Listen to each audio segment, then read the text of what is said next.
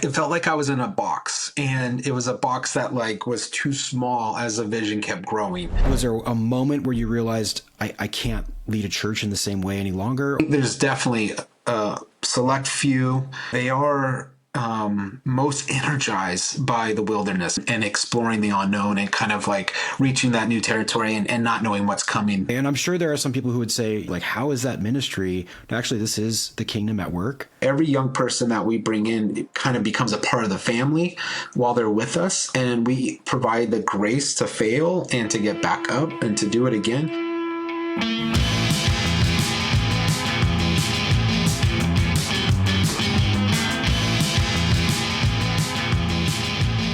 Welcome to Grace in the Gravity. This is the podcast where pastors you don't know from churches you don't attend tell true stories of good news from right here on planet Earth.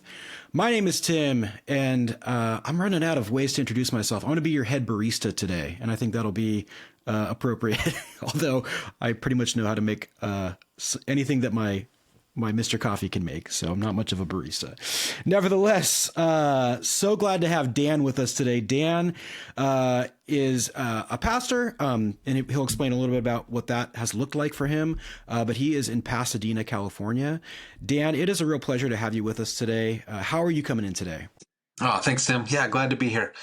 Well, it is a Monday, so I'll put that out there. But so how am I coming in today? I'm coming into a full week, excited after having a couple of weeks off for the holidays to get back at it.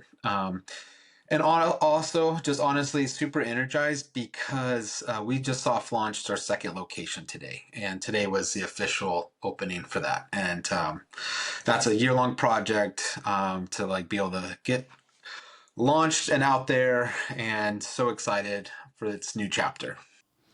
Well, I know what you mean by second location, but those who are just tuning in and have no idea what you do will have questions about that. I'm sure that you'll explain what a second location is in just a minute here. But before we get started, Dan, you've been connected with the Activated team for a while. How did you get plugged in? What's your connection to the work that we get to do for pastors and church leaders? Yeah, Activated team, wonderful group of guys.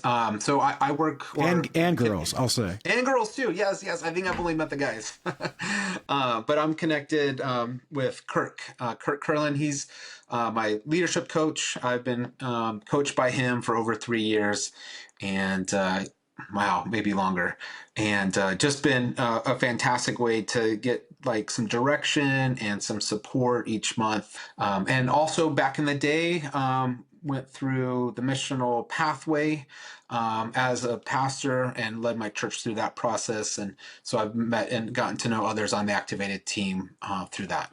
Yeah, man. Well, glad that we've been able to serve and bless you and your community. But hey, today we want to hear a little bit about kind of what ministry and life has looked like for you.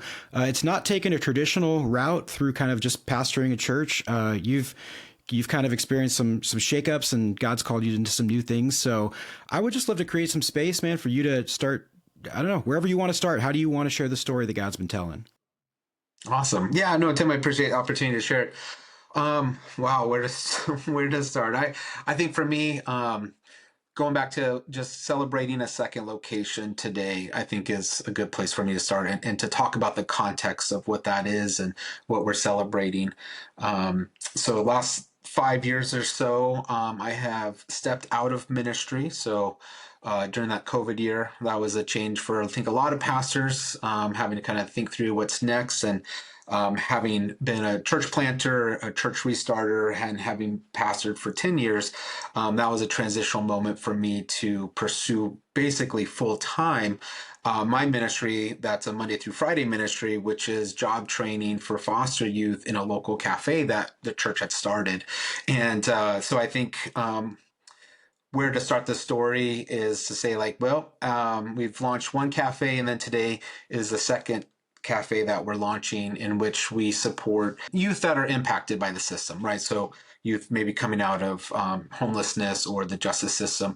But anyway, yeah, so I would say start my story there, just being able to talk about that transition from ministry being focused on a Sunday morning to ministry focused Monday through Friday.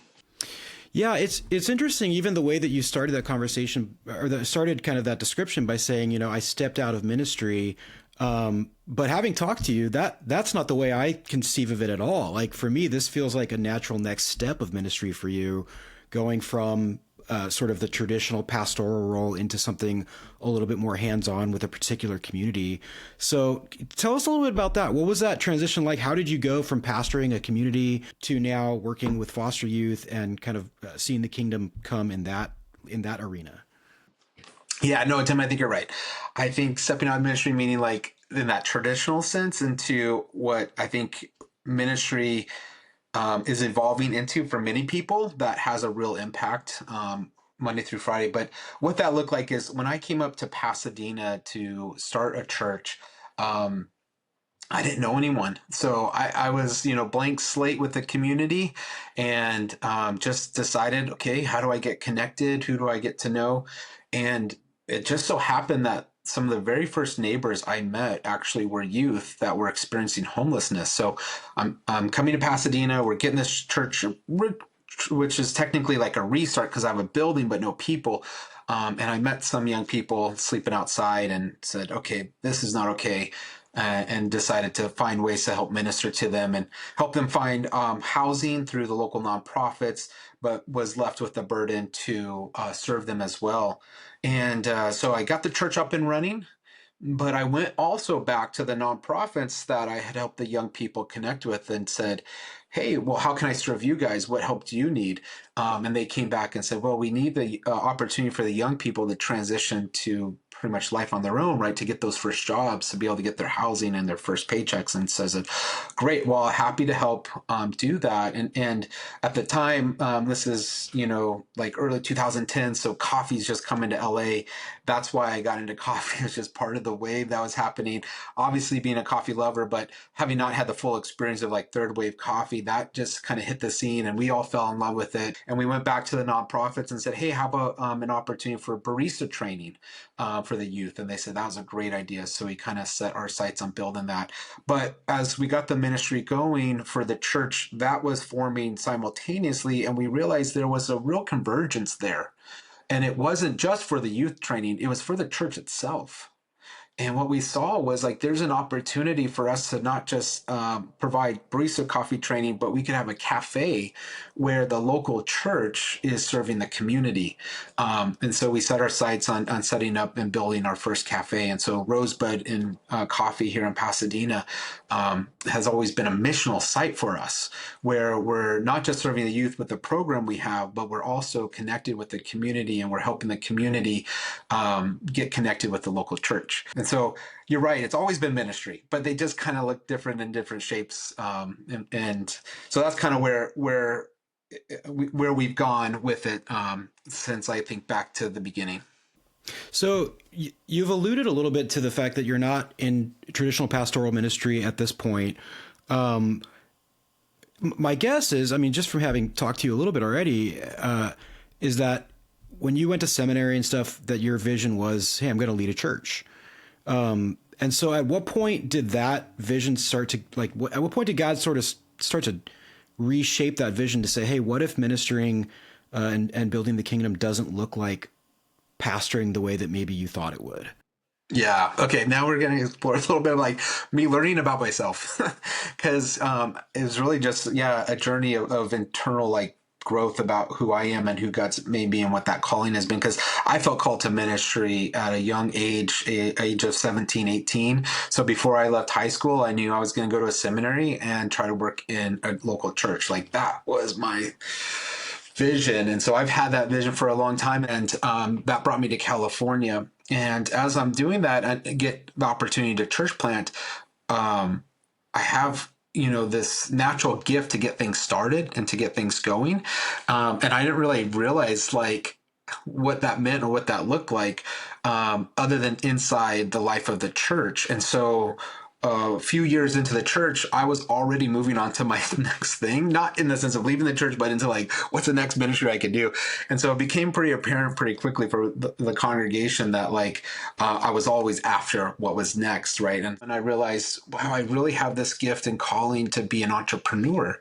And so church planter, entrepreneur, I think they are very similar. But what I discovered too is that the things I was after as far as ministry expansion was really more for impacting the local community and the city itself than just the Sunday morning experience. And so that became this kind of like tension I had to kind of wrestle through. But all of it came back through this understanding more of who I am as this entrepreneur who can get things going, has tenacity, can stick to that vision, can draw people into the vision, pull those resources together and see something new. And so it's really kind of this sense of this apostolic gifting that kind of began to come to fruition. Yeah, that's exactly the word that I was curious if you were going to use, as apostolic, because that when I think of someone who's ministry minded but sort of entrepreneurial in their disposition, I think, oh man, that's someone who's apostolically gifted. And I've witnessed people with that type of gifting in local church contexts, sometimes frustrated, feeling like they're kind of hitting their head against the ceiling of what can be done in the context of a local church. And am I correct in understanding that that was sort of your experience? Yeah, for sure. It felt like I was in a box, and it was a box that like was too small as the vision kept growing, and I couldn't like make those two fit. And so eventually it was like, I don't know what else to do but to get outside the box. And so I went ahead and made the jump and said, okay, church, I got to keep going. We got to keep, this impact happening. And when I learned about the apostolic calling, I realized like, man, this is the best gift to have when you have shepherds and the others behind you. And so we began to like just empower leaders behind me to take care of the church. But then that left me saying like, well, what am I to do? What's my role? As I kind of just handed it all over. So can you say a little bit more about what you mean when you say that apostolic calling? Because I know like that was not an idea that I became familiar with until maybe my late 20s.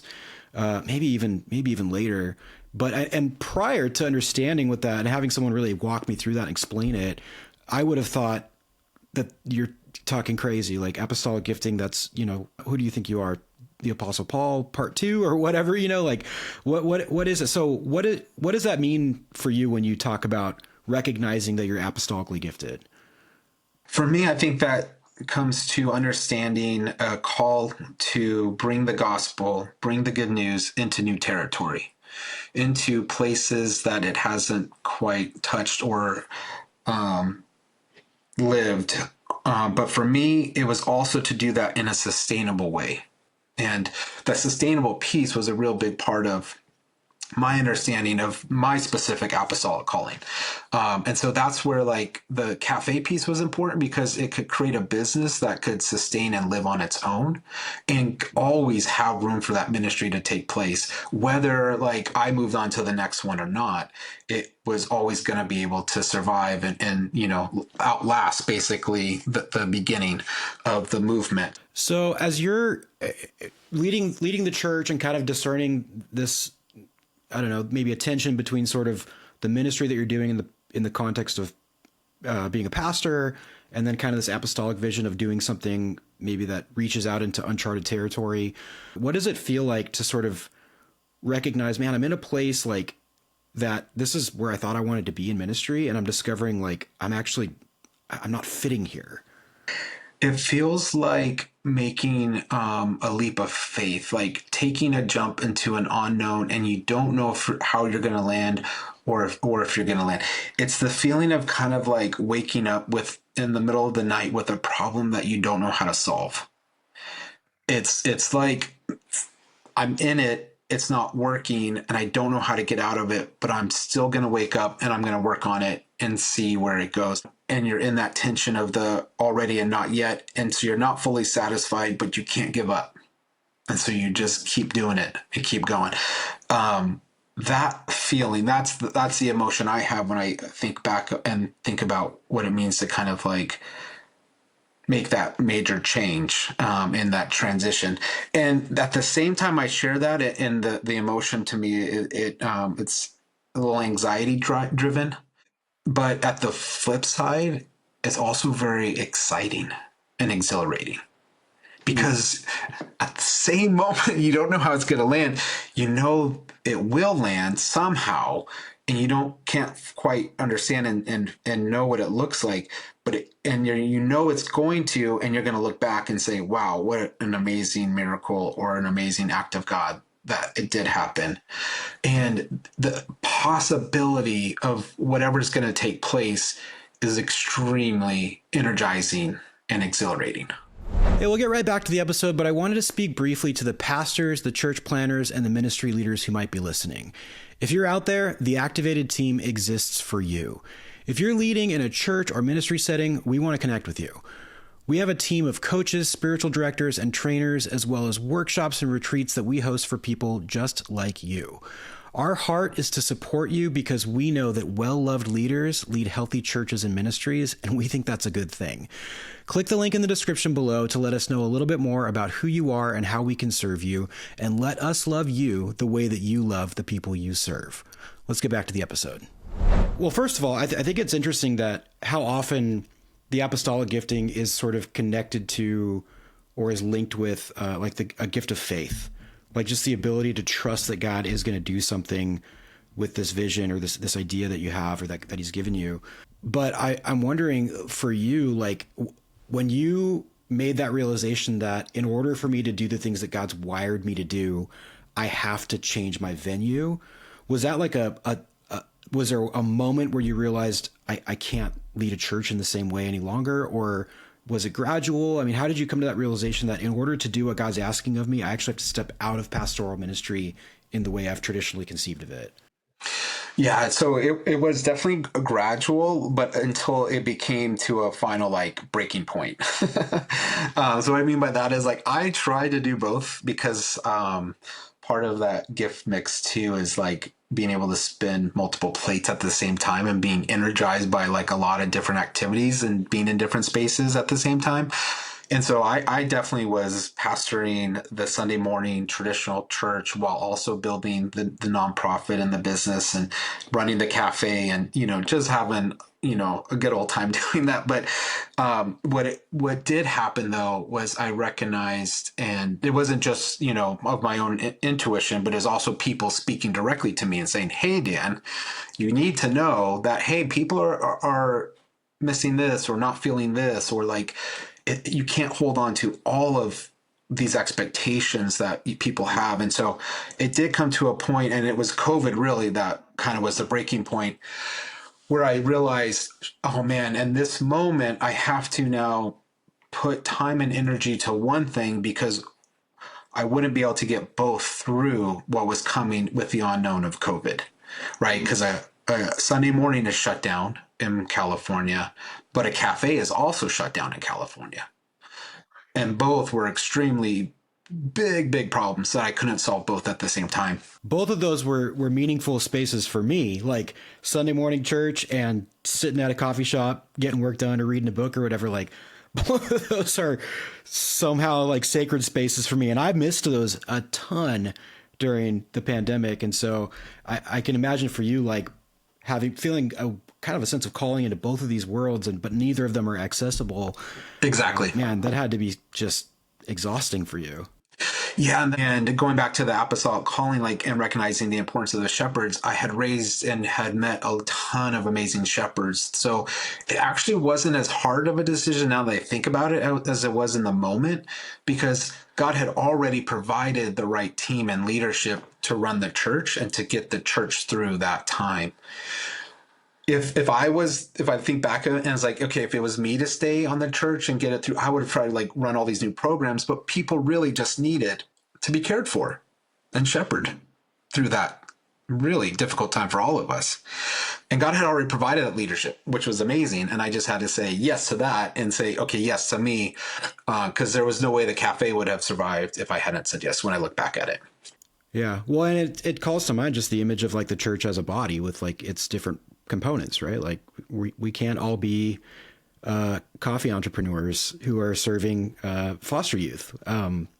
I would probably do a miserable job at that. So it's a great thing that we have Dans in the church who can do things like that, and then other people can step in and shepherd as needed.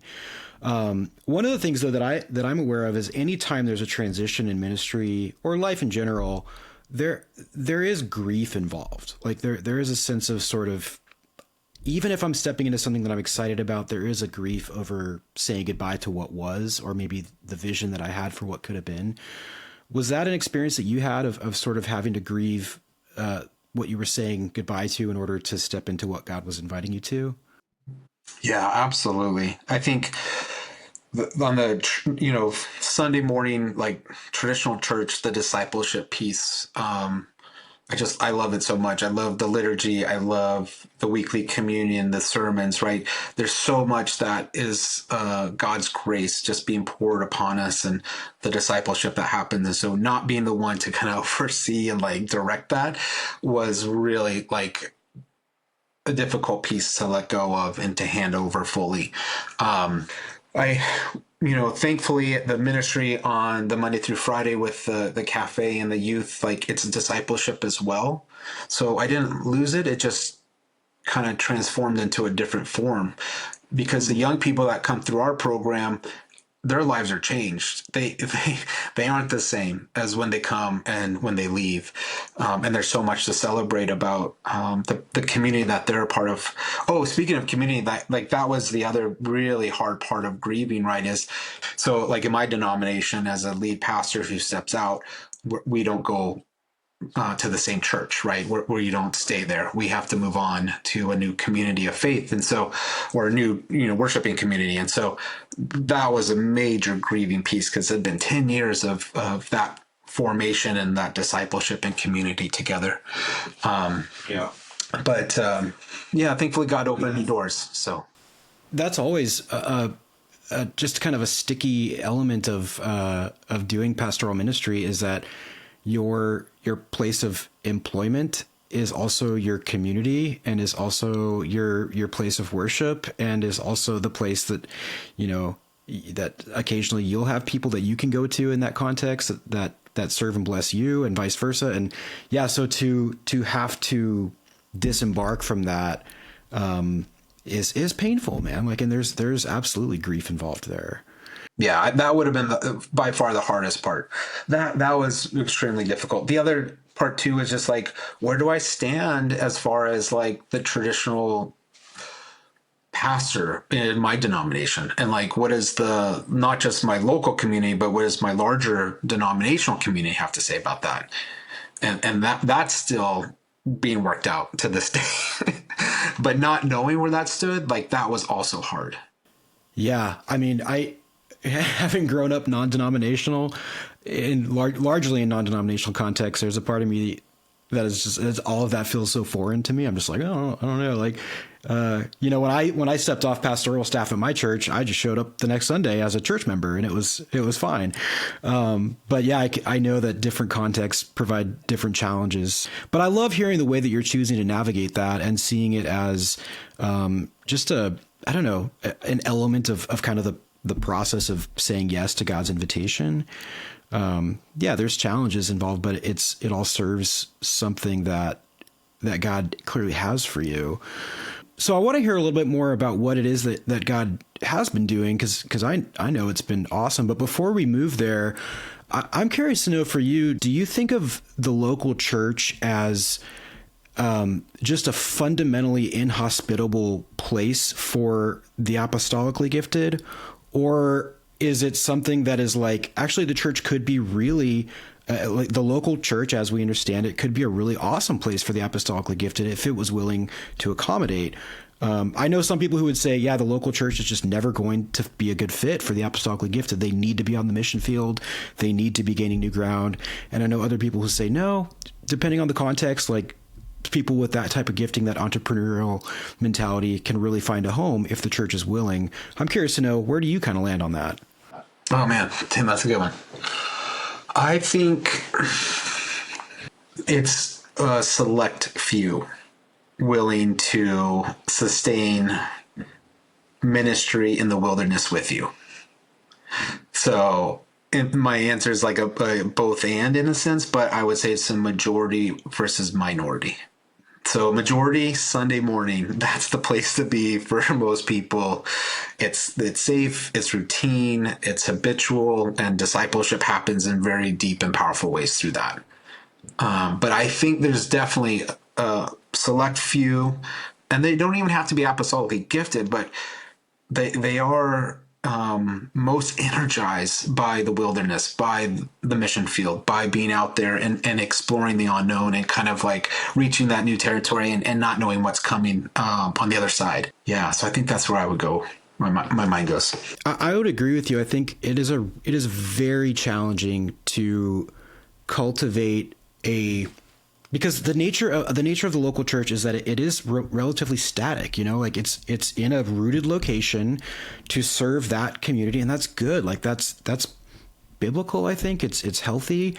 But unless there are specific arms of that are designed for reaching into new territory. See, I think that's it.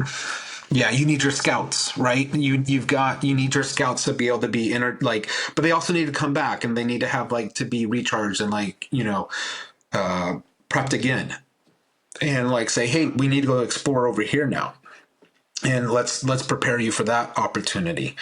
And I think that would be a beautiful image of them working together. The picture that I have for me is my 8-year-old son, the kid just needs to move his body at all times. Like he's just it's all gross motor skills for this kid.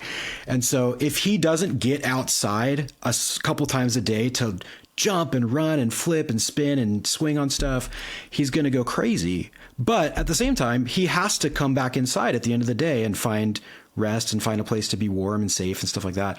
And yeah, that's kind of the picture that I have of what a church could look like that does that really well, is like, hey, we have room for you to actually go experiment and explore and maybe even risk and find danger. But when the time is right, you can always come home and rest and be safe here and recover and recuperate so that you can then go out and try again. Wow. Tim, that's it. If you find that church, let me know, because that's where I'm going to go next. Yeah. Well, some churches certainly do it better than others, but it's hard. I do think it's really, really difficult. But you chose to kind of jump out and take a leap, as Kirk is fond of saying, trust God and leap. And so you did, and you kind of stepped into this area of I think it's interesting that as you got started in your pastoral role, you immediately encountered some kids who were in need of housing and care and stuff like that. And that ends up being the population that you're most targeted in serving right now. So tell us a little bit about that. What has been, Jesus says you'll know the tree by the fruit. The fruit of what you're doing has been excellent. Tell us a little bit about what that's looked like. Yeah, absolutely. So for the ministry for me today, it's now a full nonprofit that has 5 full staff members, and the cafes each have, a good number of, staff and baristas, and we get to serve about 45 to 50 youth a year that come through our program, and they receive soft skill training. They receive a paid internship to be trained if they choose coffee, awesome. Or we now partner with small businesses so they can choose other trades and other opportunities. A lot of youth are choosing personal fitness, or the other big one that's happening right now is dog grooming. So a lot of the youth are getting in to take care of local coffee, pets, fitness, and dogs. That's a full, healthy life right there, I think. Right? And so we now provide certifications for the youth that want to go further into some of those, but just the opportunity to bring them in, give them a skill set. And with that skill set, we help them find jobs afterwards. And 90% of our youth going through the program either find that job or go back to school full time, because now they know exactly what they want to pursue. So much of it too in the process is they may not use this language because it's not a religiously based program, but really it's helping them find their calling, and what it looks like to get started on that path. Well, you mentioned there, you're not working in a religiously based nonprofit. It's not explicitly that way. And I'm sure there are some people who would say you stepped out of pastoral ministry to work for a non-sectarian nonprofit. How is that ministry? what I've observed in our conversations together is it absolutely is ministry. But for the person who may be skeptical of that, would you connect the dots and sort of explain how actually this is the kingdom at work? Yeah, so absolutely. And it really just comes down to like our values, which our values and like our vision of like why we do this. I mean, it's all rooted in the church, right? This is an opportunity for people to experience God's grace, often for the first time, to experience love that they may not have experienced yet, and to hear some good news that their life can be better, that God can come alongside them and their life can change. A community will support them through that process. So it's still the same mission, the same values. And so every young person that we bring in it kind of becomes a part of the family while they're with us. And we provide the grace to fail and to get back up and to do it again. Yeah, that idea of the grace to fail is so incredibly, like, I don't know, it's rich. Like I feel it hit me. It makes me think of you went to seminary, so tell me what you think about this. So the parable of the talents, right? The master gives each servant a certain amount of talents and they go invest it or don't. What's never explored there is what would have happened if someone had attempted to invest the talents and then came back and said, I tried and I lost it all. And the story that Jesus tells there is that the master is disturbed that one of his servants thinks he would be stingy, thinks that he would be harsh. And it's only that person who receives harsh treatment is the one who believes that his master is unforgiving and harsh. So it almost makes you wonder, like, if one of the servants came and said, hey, I tried and I failed and I'm sorry and I'd like a second chance, if the master would say, oh, absolutely, like I am ready to give you a second chance because you have the freedom to fail and there's grace for that. Yeah, no, I think there is room for that interpretation. 100%.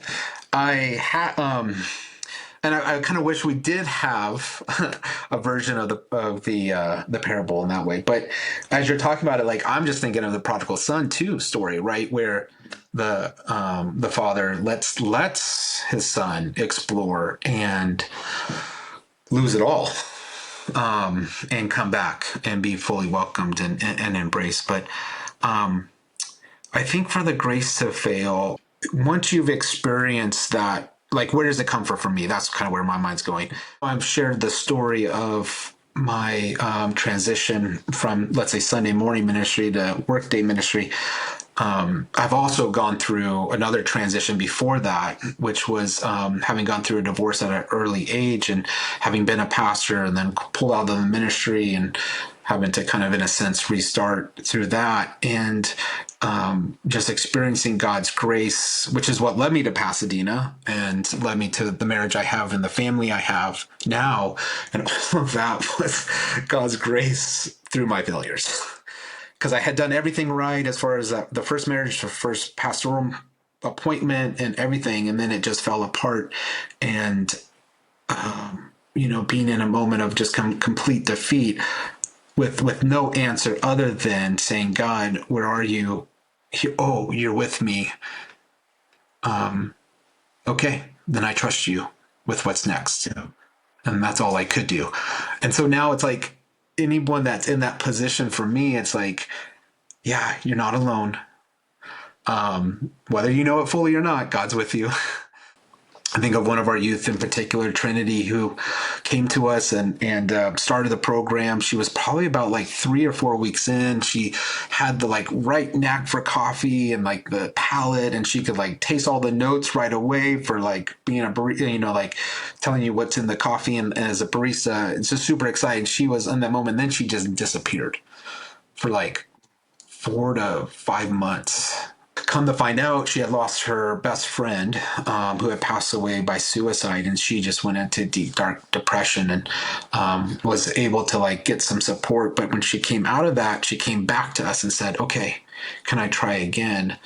And we said, "Absolutely." And then she just excelled through the program and then joined the board, and so now she's helping like direct and create space for other youth behind her. But just giving her that space that she needed and knowing that she didn't lose the job or the position or the program and coming back and getting into it again, I think is just one of those very small examples of the grace to fail.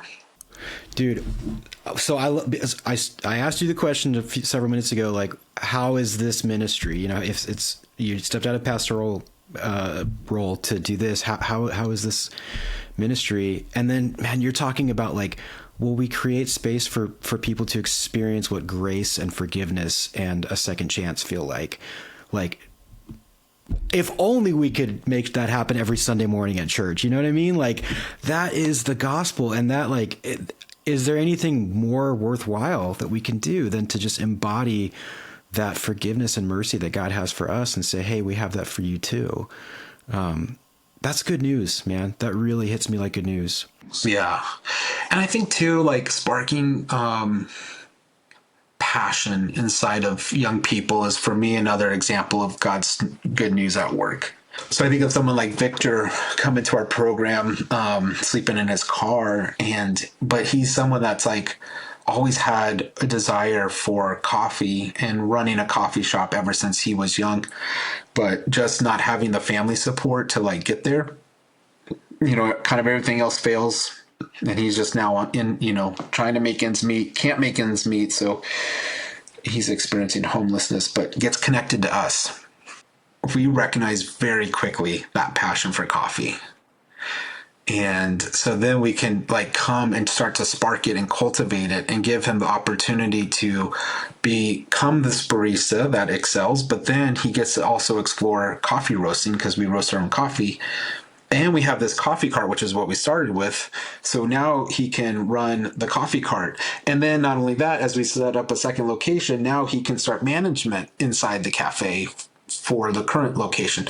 But like giving that kind of a path forward of like opportunity after opportunity, experience after experience to continue to like flourish in that calling and in that sense of what you're really passionate. Like that to me is also like gospel work and the good news at play as well. That's discipleship in another way. To use a term that we probably overused in Bible college and seminary, like it feels very incarnational. You know, it feels like the good news putting on hands and feet and flesh and saying, hey, let's actually go do this stuff. Yeah, and trusting him with it, right? So much of it is a trust factor of like, okay, this business or this reputation or whatever, it's on the line, but we're going to give it to you because we trust you can do it. And we're going to challenge you too to see that happen. And then it's just one miracle after another from there. Yeah. Well, I can hear the passion in your voice, man. And if any of that is contagious and is being caught by the youth that you're working with, like, man, Pasadena is going to be a healthier community. And I know that you had shared with me part of what you guys were got to work towards was seeing the homeless population in Pasadena significantly decrease as a pretty direct result of the nonprofit and the work that you guys are doing with some other organizations, which is, I mean, talk about you'll know a tree by its fruit. Like, hard to argue with those results. Yeah, that's right. Like in the last 10 years, Pasadena's homeless population has decreased by like 53%. And that was really because we had pulled together the other local churches to align with the city and to work together on one single goal, which was providing more housing opportunities. But we had to align like the faith communities and the city to work together on that. So we formed the faith community committee under the city, and actually like officially recognized city committee that pull the faith community together so we could all align. And once we were like aligned, like it can't say it's easy, but we got to see more opportunities and more housing be made available. So good, man. I think I know the answer to this question, but I'll just ask anyways. Has the transition for you, like that trusting God and leaping from traditional pastoral ministry into doing what you're now doing, has it been worth it for you? How do I want to answer? So the answer is yes. But I'm thinking like, how do I want to answer that question? Because I knew when it was time for me to transition from my local church in that COVID year, that the opportunities were before me were continuing the ministry I'd started with the coffee program or church planting again. And I think the way I answered or thought about that question was really what's best for the family at the moment, right? And I'm like, sure, I could go start another church, but like, is that best for my kids and my wife and the community that we're established in and the schools that we are committed to? And so I think a big part of that too is to say, like, I was also saying yes to what was best for the family. Part of that was to let go and take this risk into a new space that ceiling could break and opportunity for more funding and support could happen. And yes, my our financials have changed dramatically too because of that. Yeah, there is a reality to sort of the call to come and die and to carry your cross, right? But then there can also be sort of a weird inversion of that where it becomes sort of this poverty mentality of like, I guess I just have to be miserable and not have my family's needs ever met. Like, and it's one thing to sort of go to the extreme of sort of a prosperity gospel that says, hey, God just wants to give you money and cars and stuff. But there is a flip side to that says, well, let's just go to the other extreme and say God just wants you poor and miserable forever.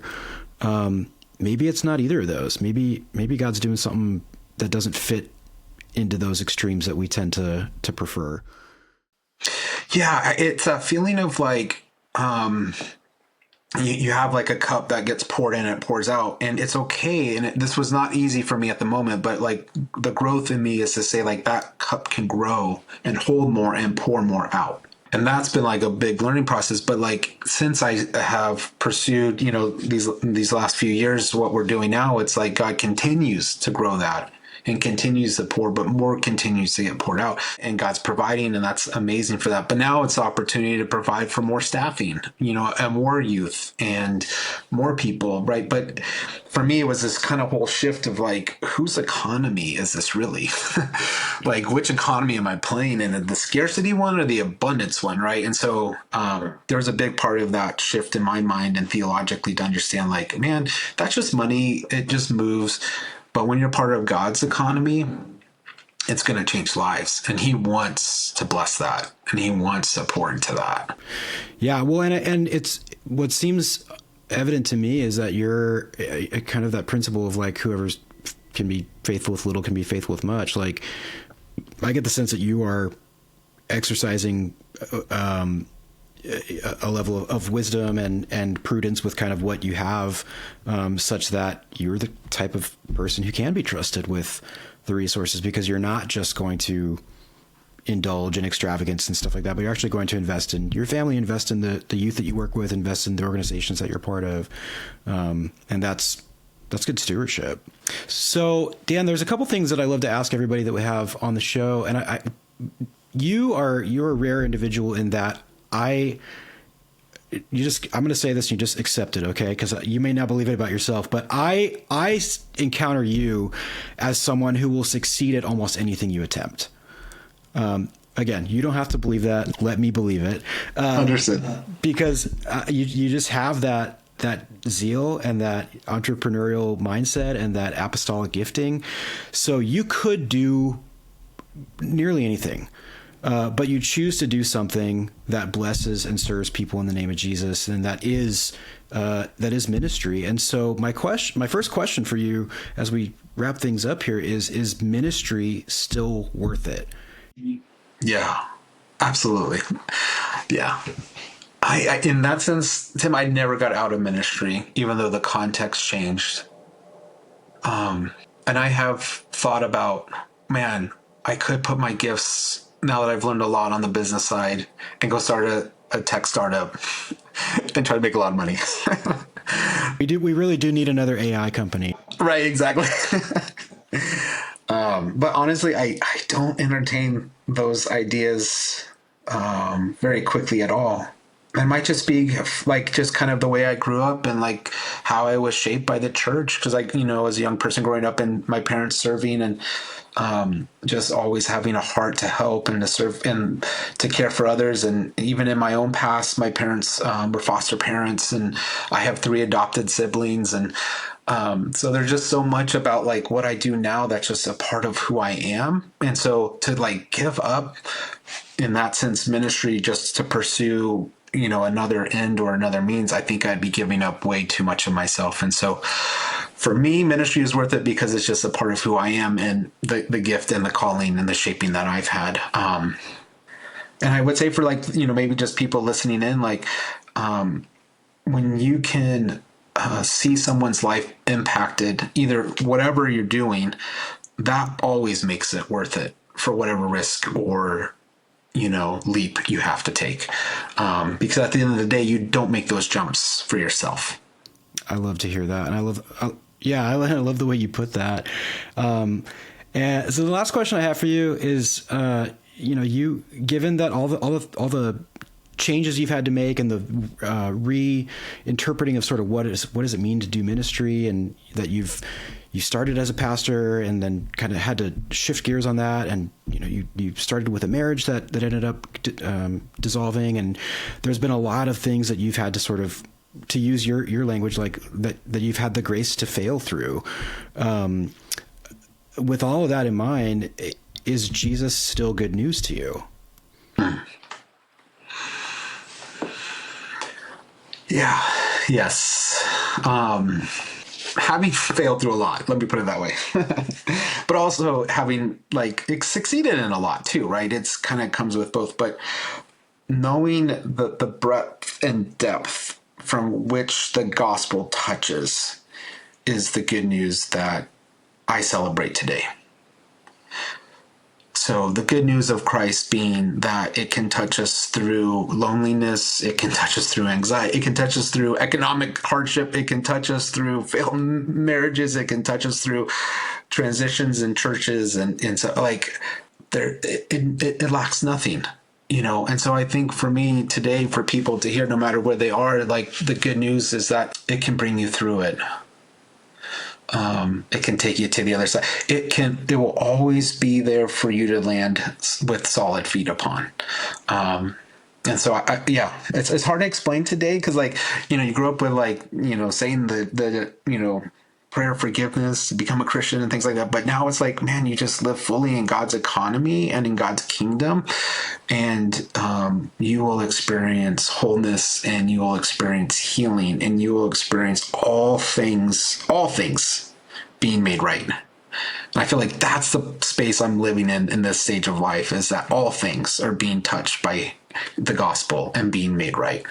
It's not perfect. It's not all finished, but there is nothing it cannot touch and make right. Yeah. And that, thank you for the way you worded that. It gives me a sense of hope for what can come, even of the things that I'm challenged with or struggling with, that there is a version of this story that is being told in which all things will be made good.